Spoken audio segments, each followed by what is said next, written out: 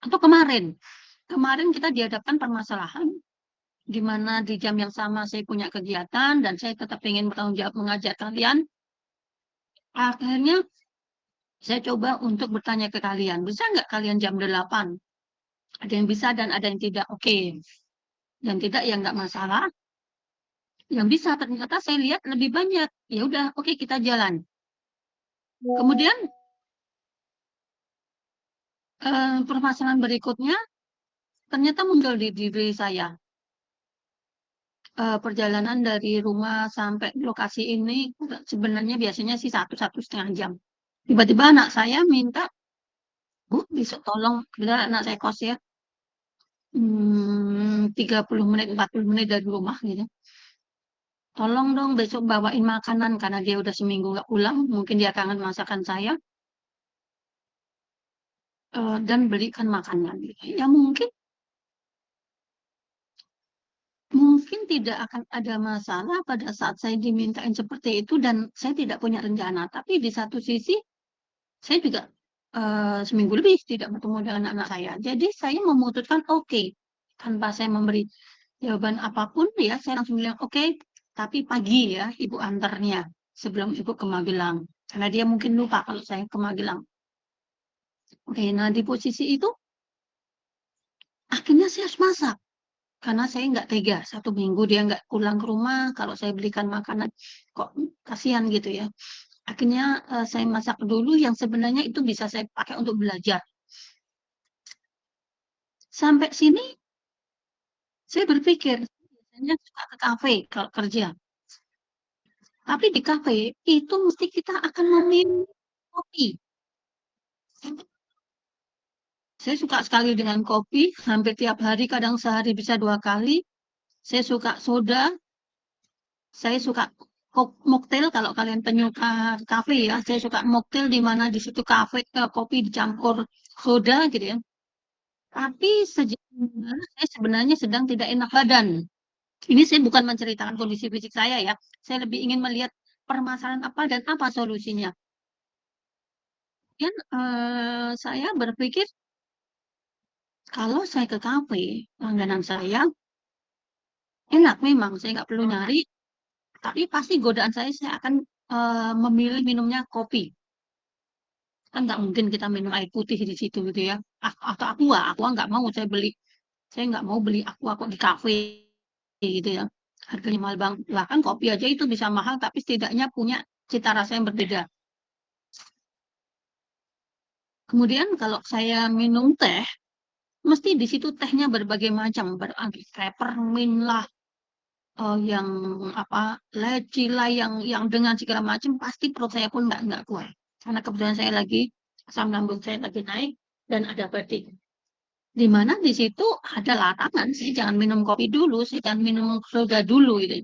Akhirnya saya muter-muter-muter sementara saya harus ngajar kalian, saya sebenarnya sudah sampai sejak jam 7.45, tapi saya nyari, saya baru teringat begitu saya ngelilingi satu kota dan saya nggak nemukan, saya baru ingat, oh iya ada McD. Akhirnya saya ke sini. Nah, solusi McD ini itu adalah solusi. Di mana saya harus tahu dulu permasalahan saya apa. Permasalahan saya adalah saya pusing saat ini. Saya tidak bisa minum kopi. Saya kalau biasanya pusing ya minum kopi gitu ya. Kalau pusingnya karena ngantuk, pusingnya karena capek, saya minum kopi. Tapi kenyataannya saya tidak bisa minum kopi saat ini. Saya tidak bisa minum soda. Saya kalau pusing, saya minumnya soda. Saya langsung minum Sprite atau saya suka AW gitu ya misalnya gitu ya. Bikin badan segar. Tapi kan itu bukan solusi. Nah, kenapa? Karena saya sudah tahu dulu permasalahan saya. Saya ditawarin sebenarnya, Mbak, udah ini aja ngajar di kantor saya aja gitu. Tapi buat saya itu bukan solusi yang tepat. Kenapa? Karena saya bisa mengganggu orang lain pada mereka kerja, mereka ini tiba-tiba saya ngomong sendiri gitu ya. 1 jam lebih gitu. Nah, nah begitu juga kalian. Kalian mungkin juga punya permasalahan. Permasalahan itu tidak selalu bikin depresi ya. Jangan alay dengan bunuh diri, dengan segala macam yang itu merugikan diri sendiri ya. Nah, kalian juga gitu. Apa permasalahan kalian? Teliti dengan benar. Jangan pakai sudut pandang yang benar-benar jernih. Jangan ada keberpihakan. Nah, apa hubungannya dengan desain? Pada saat kita mau mendesain, kita kadang ego dengan solusi yang sebenarnya itu sudah ada sebelum kalian melihat permasalahan. Apa sih solusinya? Nah, sekarang gimana kita mau memberi solusi kalau kalian ternyata tidak tahu apa itu eco-host? Ternyata kalian tidak tahu apa permasalahan yang dihadapi oleh si klien. Tidak semua eco-host itu punya denah yang sama. Karena itu kembali lagi ke kebutuhan. Kebutuhan itu biasanya sebelumnya menjadi permasalahan. Saya lapar, maka saya butuh makanan. Karena saya lapar, saya butuh makanan, sehingga solusinya apa? Bisa masak, bisa beli. Ya, jangan nyuri ya, yang jelas ya. Bisa masak, bisa beli gitu ya. Tapi ternyata ada permasalahan lain. Saya nggak punya duit ya. Kalau gitu jangan jangan beli. Kalau gitu masak. Tapi saya nggak punya lauk yang saya sukain. Saya sukanya lauk itu daging, ikan, atau saya sukanya burger gitu ya. Tapi di rumah cuman punyanya telur, cuman punyanya roti tawar misalnya. Oh ya udah gitu saya bikin ini aja ala-ala burger gitu ya. Nah, itu solusi gitu ya. Saya pengen bikin eco host, si klien pengen bikin eco host, dia pengen pada saat ke eco house ini yang terletaknya di pantai atau di gunung gitu ya. Saya maunya di situ untuk kumpul keluarga. Ya ngapain kita bikin kamar banyak gitu ya. Mungkin kamar cukup satu gitu ya. Atau dua. Lainnya kita bikin ruang terbuka. Ruang terbuka di dalam ini ya rumah ya. Tapi pada saat saya ingin ke villa di setiap akhir pekan, tapi saya ingin bekerja di sana. Berarti kita harus punya ruangan yang untuk nyaman untuk bekerja. Nah, itulah yang disebut dengan well-defined problem. Bagaimana kita bisa melihat permasalahan secara jernih tanpa ada campur tangan keinginan kita, informasi yang kita dapatkan juga benar semua, data yang kita dapatkan benar, ya kita bisa membuat well-defined problem ini menjadi desain yang benar. Well-defined problem adalah problem dengan tujuan dan kriteria yang jelas. Problemnya apa? Saya butuh tempat untuk mengajar. Oke, butuh tempat untuk mengajar itu tempatnya gimana? Tadi ada yang bilang, Bu, di belakang kantor ada Warmindo. Waduh, kalau Warmindo, satu di situ tidak ada AC ya. Sebenarnya saya bukan permasalahan AC, tapi permasalahan di rokok. Dan pastinya di situ saya nggak mungkin ngajar, karena di situ pasti orang akan makan silih berganti, orang ini ya keluar masuk gitu. Saya saya butuh tempat untuk mengajar yang nyaman, yang tenang. Tadi saya sempat bicara dengan petugasnya, boleh nggak kalau kecilin suaranya? Karena mereka mau ngecilin suaranya, kriterianya jelas. Saya butuh ruang untuk mengajar, saya butuh ruang untuk yang tenang gitu ya, dan tenang dan nyaman, tidak ada asap rokok, tidak silih berganti orang berlalu lalang gitu ya. Tapi kalau kayak gitu harus lebih mahal, Bu. Ah, si klien menginginkan ruang-ruang spesifik, tapi di satu sisi si arsitek sudah berusaha mempertimbangkan, tapi kalau pastinya si arsitek sudah langsung bisa menjelaskan pada saat si klien ngomong gitu ya. Oke, itu menarik. Tapi dengan yang Bapak inginkan, yang dengan Ibu inginkan, itu mahal pembiayaannya. Bagaimana? Oke, oke. Ternyata, ya why not ya. Saya dulu pernah bertemu dengan klien, saya dengan suami saya ya. bertemu dengan klien yang dia ternyata kebetulan beliau belum menikah, beliau mau apa kamar mandinya besar karena ternyata dia suka sekali nongkrong di kamar mandi dan dia mau kamar mandi itu terbuka di bagian atas karena buat dia kamar mandi dia bisa duduk ya saya juga baru tahu ternyata ada orang yang kamar mandi itu untuk bisa berlama-lama gitu ya bukan di klosetnya ya jangan bayangkan di situnya gitu ya atau bukan dia berendam di bathtubnya lama banget enggak tapi ternyata dia pengen aja dia saya juga heran waktu itu sampai akhirnya kamar mandinya dia 4x4 atau 4x5 dan dia tidak mau kamar mandi itu nyambung dengan kamar tidur dia buat dia kamar tidur ya untuk tidur sehingga pada saat itu kami malah membuatkan kamar tidurnya karena dia memang mungkin memang tidak menikah gitu ya ya kami membuatkan kamar tidurnya tuh malah justru kecil mungkin 4x4 3x4 atau 4x4 ya saya lupa ya termasuk dia tidak mau baju itu ada di kamar tidurnya. Ya, oke, ya kita sebagai arsitek dan saya pikir itu tidak salah juga kita memberi solusi. Oke, nggak masalah. Ini kita pakai aja nanti karena takutnya kalau hujan kita pakai atap atap transparan yang nantinya itu bisa ya bisa berleha-leha di situ, duduk-duduk di situ gitu. Nah, ini yang unik gitu. Nah, kemudian apa perbedaannya dengan ill-defined problem? Kalau kita berbicara ill-defined problem, problem dan tujuan dengan tujuan dan kriterianya tidak jelas.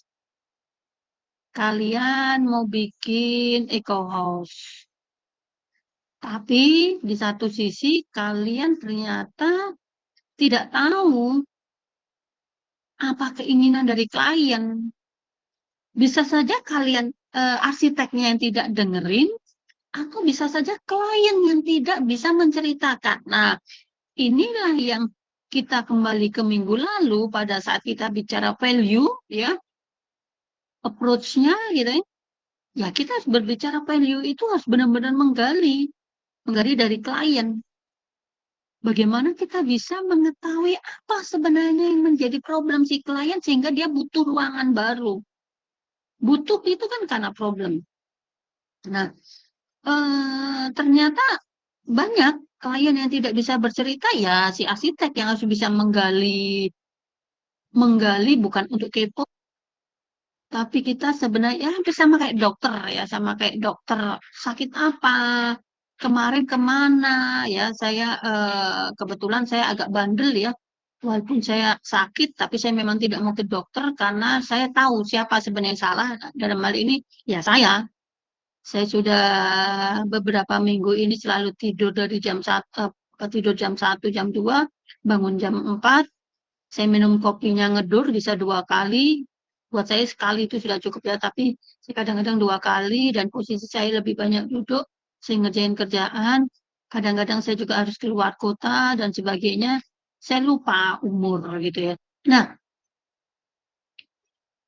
di situ kan akhirnya, oh, saya salah. Pada saat saya mau ke dokter, saya pikir-pikir gitu, ya saya memang sakit, saya butuh dokter, tapi kayaknya solusi terbaiknya bukan bukan ke dokter, ini istirahat. Dan ya sedikit demi sedikit sudah lumayan lah ya, tapi memang namanya diberi obat sama enggak kan beda. Kalau diberi obat kita pastinya lebih cepat, tapi ada kimiawi yang masuk sebenarnya di situ. Nah, pada saat kita mengerjakan penelusuran masalah, kita harus benar-benar tahu apa sih pengertian masalah itu. Seperti yang tadi saya katakan ya, problem itu apa, ragam jenisnya, dan bagaimana cara menelusuri permasalahan, dan bagaimana cara menelusuri berarti mencari, dan bagaimana cara menyelesaikannya, solusinya. Nah, ini ada ungkapan ya dari Einstein, if I were given 1 hour to save the planet, 5 volt spend 15 ini kayaknya salah deh. Oh ya benar. 59 menit itu saya akan mendefinisikan problemnya dan 1 menit saya butuh untuk meresolvingnya. Artinya apa? Sebenarnya kita ini justru lama pada saat kita mengidentifikasi permasalahan. Mengidentifikasi permasalahan agar kita lebih paham. Oh, masalahnya di sini. Oh, kita harusnya gini. Nah, oh kita harusnya gini, itulah hanya butuh 1 menit ya. Saya kadang-kadang ditanyain teman, Bu Tami gimana sih caranya kita mengerjakan ini, kok saya bingung. Gitu ya. Dulu waktu Bu Tami ngerjakan gimana? Ya saya bilang, saya kadang-kadang di jalan sambil berpikir gitu ya. Saya tidak pernah mau membatasi diri saya untuk bekerja itu ya hanya pada saat duduk, enggak. Pada saat saya naik motor ya kayak tadi gitu ya. Saya tadi sempat agak lupa. Saya mau ke kos anak saya, malah saya terus ke jalan yang harusnya saya ini ya, tapi saya terus untungnya teringat oh ya ada jalan tembus. Nah,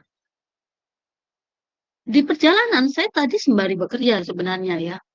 Sembari saya mikirin pekerjaan-pekerjaan saya yang oh iya ya sebenarnya ide saya harusnya ini ya.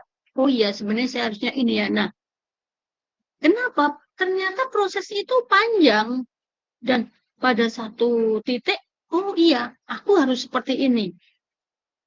Saya mencoba menggali data. Data saya harus bikin perpustakaan. Saya harus bikin mall. Saya harus bikin hotel. Banyak banget yang harus kita kerjakan. Tapi pada satu titik, 1 menit lah di situ kalian memutuskan saya maunya seperti ini.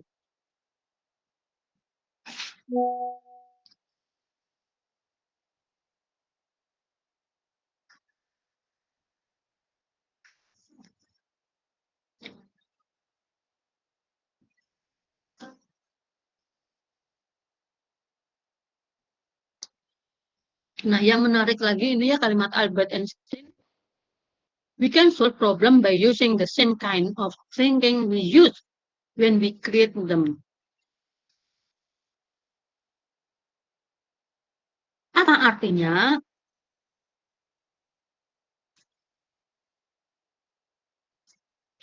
Ada satu problem yang bisa saja itu hampir mirip.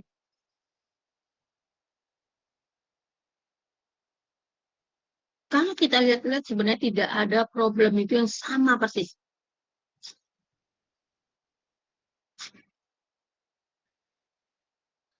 Kenapa? Di belakang kata-kata problem pasti dilatar belakangi oleh hal yang berbeda. Nah, makanya di sini kita dibilang kita tidak bisa menyelesaikan permasalahan itu dengan cara yang sama. Kalian akan desain eco house. Permasalahannya materialnya. Oke, itu adalah permasalahan. Tapi di satu sisi memangnya hanya hanya material. Kenapa kok dia pengen material itu? Oh si A pengen ini, si B pengen seperti ini.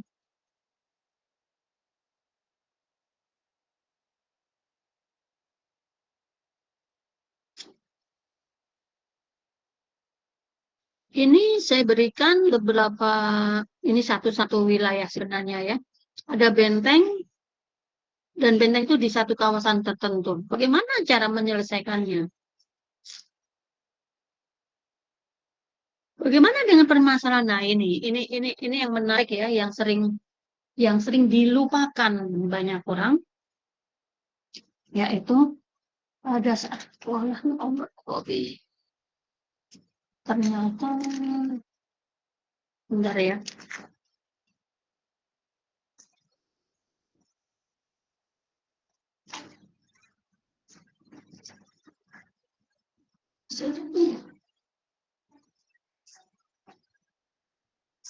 Pada saat kalian mendesain ya, nanti ya saya yakin pasti kalian nggak akan mau dengan saya, IGA ya. Pasti kalian takut dengan saya, tapi setidaknya pada saat kalian ke PA5 atau PA apa sih PA5 ya, kontekstual gitu ya.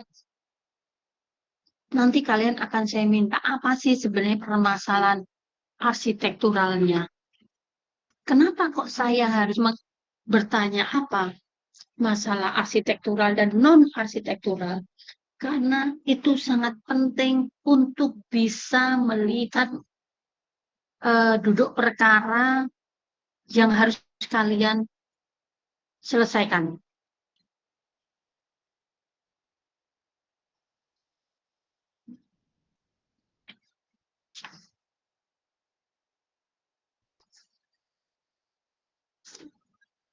Pada saat kalian, dari tadi saya banyak bercerita untuk arsitektur adalah masalah arsitektur. Tapi tadi saya sempat bercerita ke kalian, saya butuh tempat untuk mengajar. Non-arsitekturalnya apa? Non-arsitekturalnya adalah saya sedang kondisi tidak sehat. Saya sedang asam lambung naik, saya lagi agak-agak vertigo, sehingga saya tidak bisa minum kopi. Itu non-arsitektural. Tapi saya butuh tempat yang nyaman, saya butuh tempat yang sepi, saya butuh tempat yang tidak ada lalu lalang orang. Itu arsitektural. Ya, jadi ternyata kita bisa melihat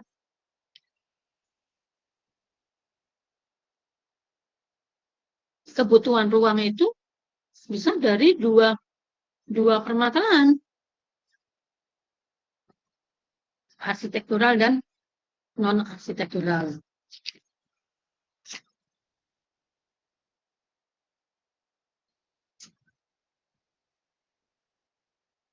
Nah, ini sebenarnya yang sudah kalian kerjakan kemarin ya, di mana itulah permasalahan yang kita yang kalian coba lihat ini.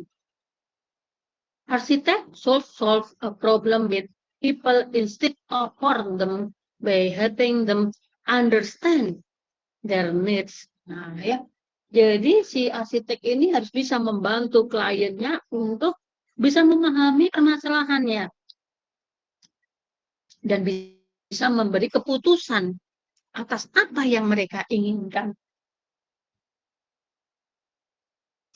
Saya sering sekali berhadapan dengan kasus-kasus heritage misalnya.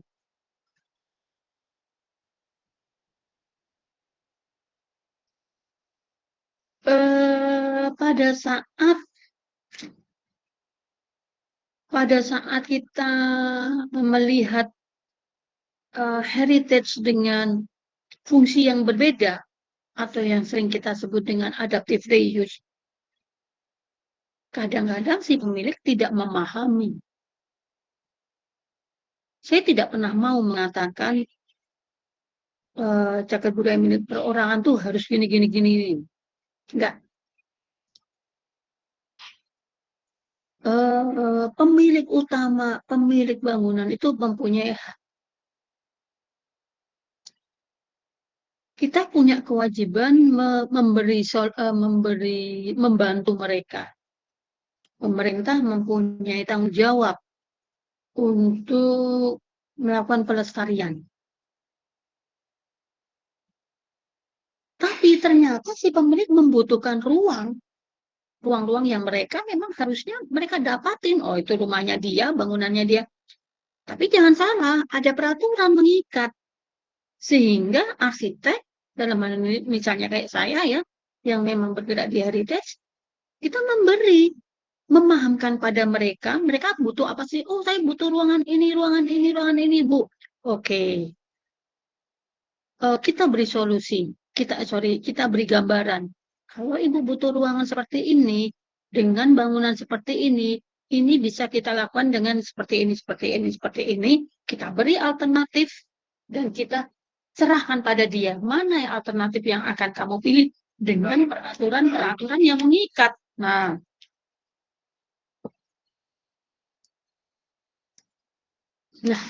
ini yang menarik adalah arsitek itu bukan drafter. Arsitek itu bukan drafter. Arsitek itu adalah konsultan. memberi ide kreatif pada klien dengan segala pemahaman yang dimiliki arsitek tentang fungsi yang akan dibangun. Kenapa kok saya katakan arsitek itu bukan drafter?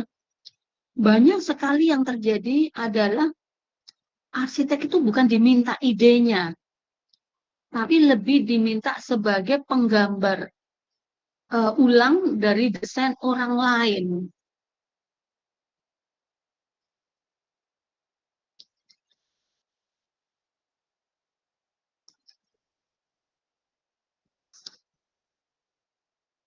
Ya pastinya pada saat kalian nanti lulus, kalian mungkin memang jadi arsitek junior ya. Kadang arsitek junior tuh sebenarnya bukan drafter. Drafter tuh anak SMK ya. Arsitek junior ya kalian kadang-kadang memang harus menggambar. Tapi ide-ide kreatif kalian sebenarnya yang harusnya dimunculkan pada saat kalian membantu para arsitek senior.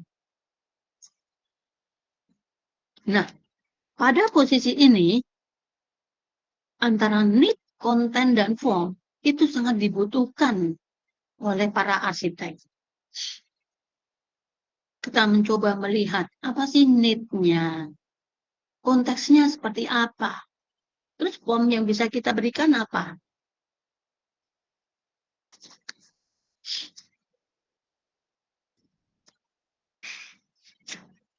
Nah, sampai di sini ada yang mau ditanyakan?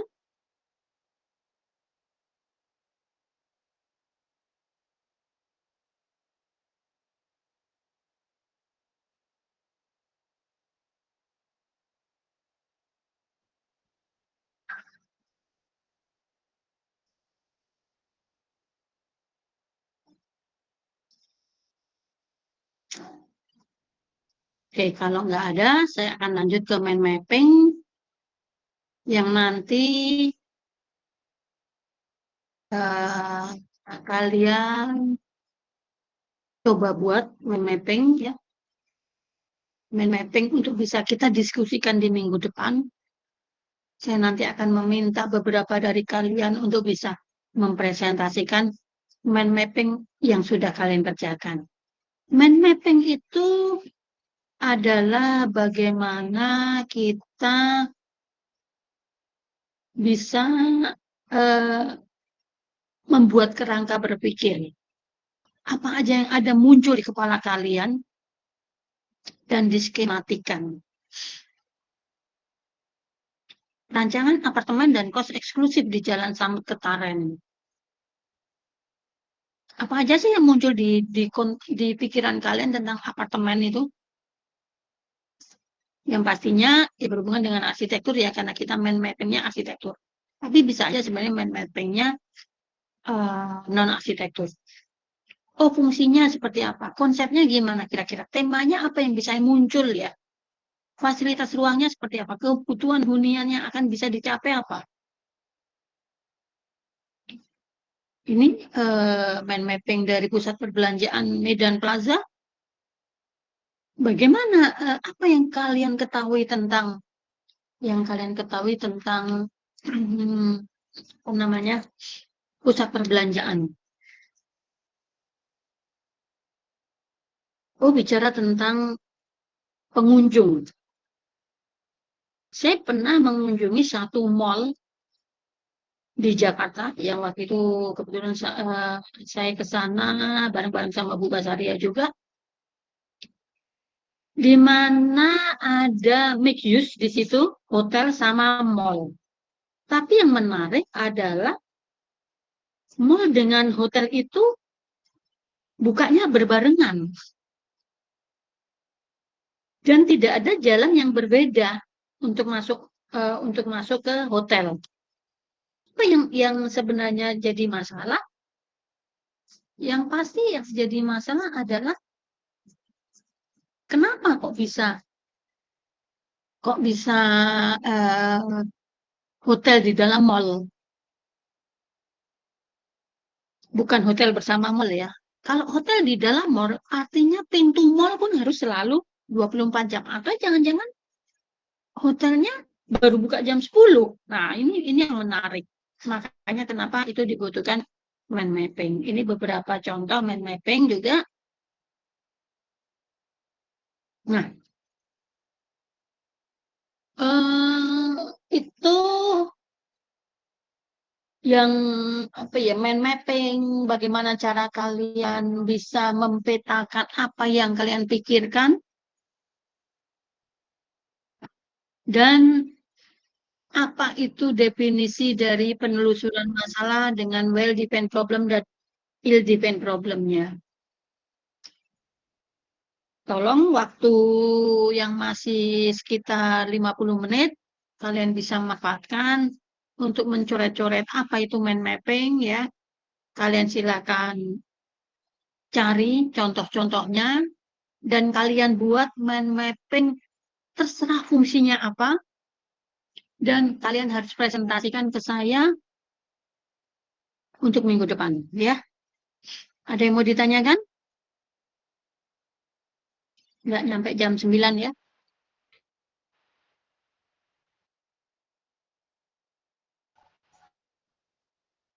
Oke, kalau tidak ada yang ditanyakan, silakan kalian kerjakan.